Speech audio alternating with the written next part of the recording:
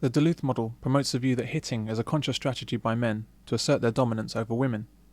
It's so named because it was drafted after a single crime where a man killed a woman that took place in Duluth, Minnesota in 1981.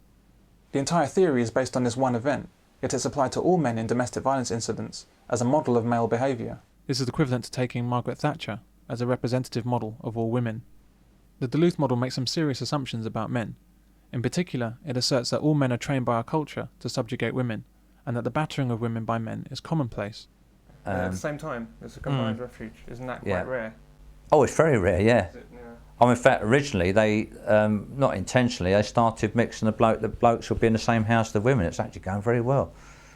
But then, of course, the Women's Project got to hear of it and can't have that. It breaks all their taboos that you can't possibly have any men in a women's refuge because men are beasts. You know, men are not allowed in women's refuges. Do you know that? You are not allowed.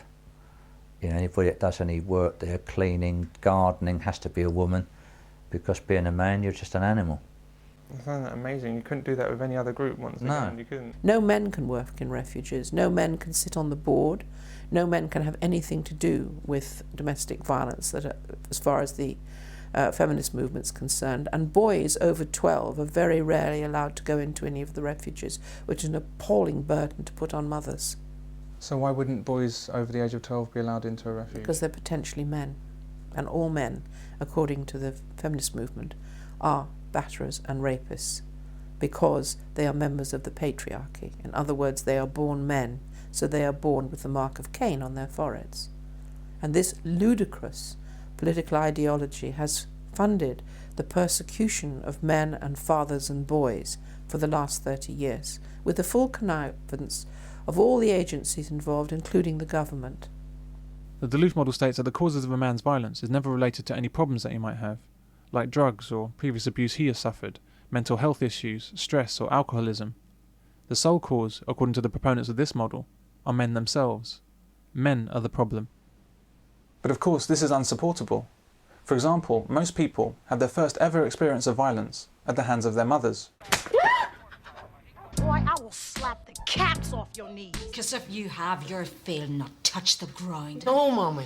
I will knock you into last night. The county social worker says it all goes back to my mom and holding my hand on the stove. I could stick this fork in your eye. I think my mother's the only woman that hasn't hurt me, actually. Well, she physically beat me, but, you know, that's... Yeah, well, same here. Yeah, but that's okay. That's cultural. I was beaten until my head was bleeding. I mean, Jesus, I was you seem okay beaten now. damn hard. But then again... Well, that's only on the surface. And I would never do that to my children because I experienced it. And some women sexually abuse their children. This is particularly prevalent with single mothers. It would quite often just be them and the mother in the home. And for the little boys, when they were little boys, they were almost used as if they were the husband. So should we have news articles stating that women are the problem? That all mothers are violent to their children and single mothers are likely to be raging child sexual abusers? Or should we understand that this behaviour is not a general problem with women and is indicative of problems with the particular females involved? A woman abandons her baby.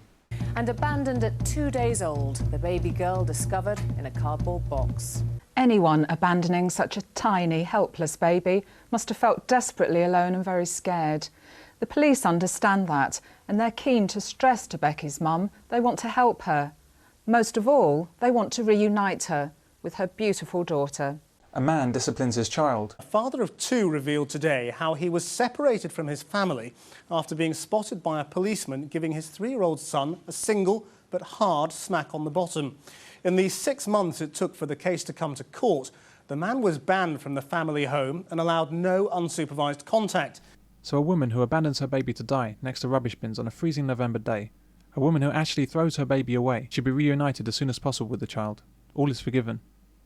Yet a man who smacks his child on the backside, maybe to stop him robbing me in 20 years, is such a dangerous parent, he has to be removed from his own house. What is it about our society that's so determined to punish men at every opportunity, yet afford women every excuse imaginable for their crimes? Here's a quote from materials used by workers in the domestic violence industry.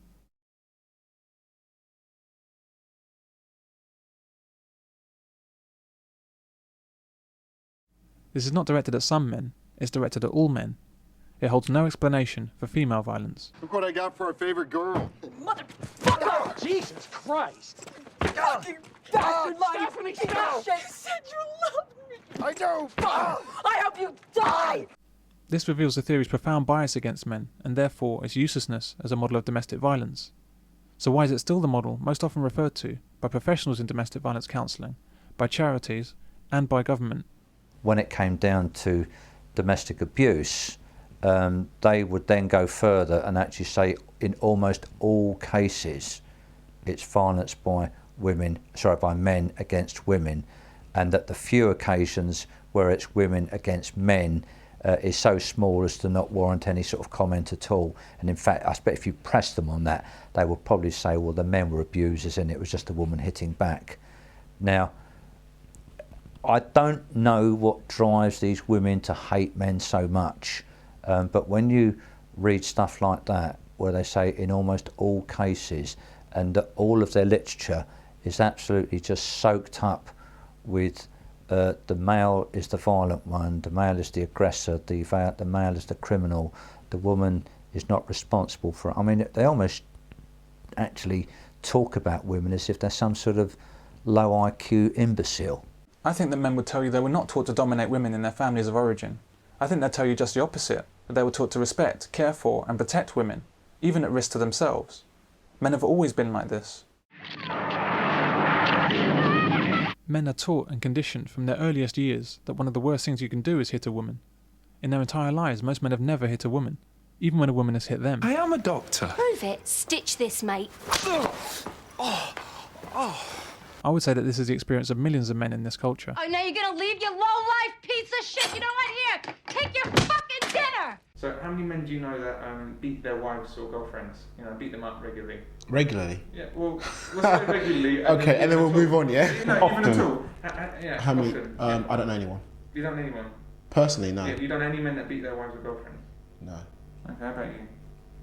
I don't know. I don't know anybody. No, I don't think. Oh, I don't know anyone really that could even potentially be like that. Really. No, that's why my mates, share the same principles.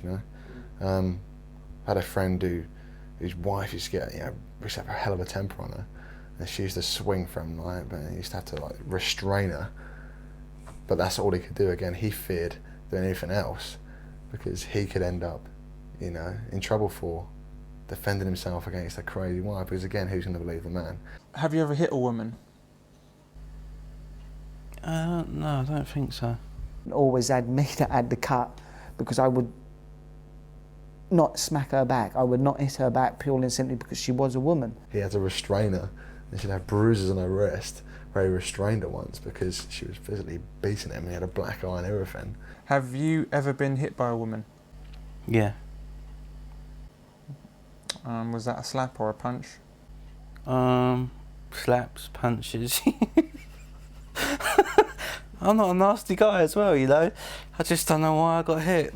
But you didn't respond in kind? You didn't hit back? No.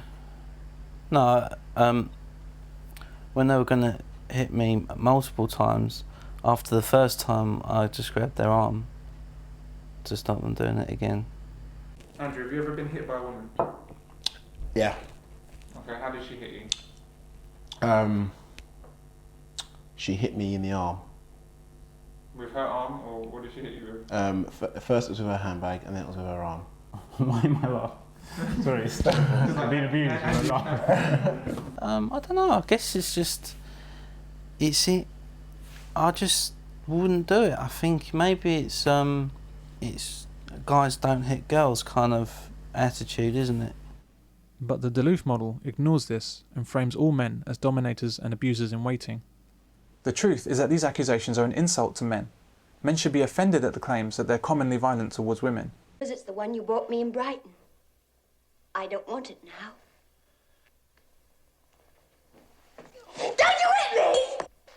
Hit you, you infamous creature. How dare you suggest such a thing? It's you who've hit me. You've wounded me to the heart. Even when faced with female aggression, men overwhelmingly seek to avoid physicality with women. Claws paws. In, you cat. How dare you show your temper to me? Sit down and be quiet.